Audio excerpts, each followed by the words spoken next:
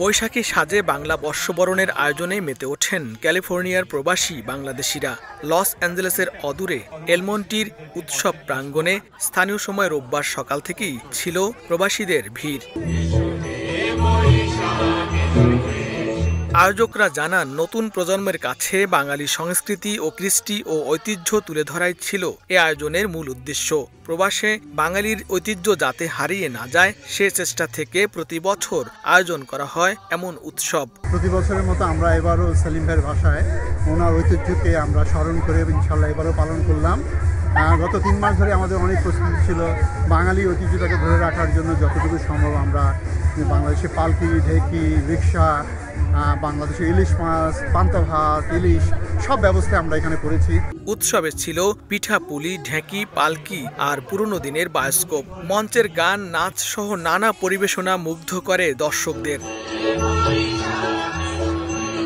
দিনভর চলা উৎসব শেষে প্রীতিভোজ আর বিশ্ব শান্তি কামনার মধ্য দিয়ে শেষ হয় অনুষ্ঠান। লস্কর আল মামুন, সময় সংবাদ, ক্যালিফোর্নিয়া, যুক্তরাষ্ট্র।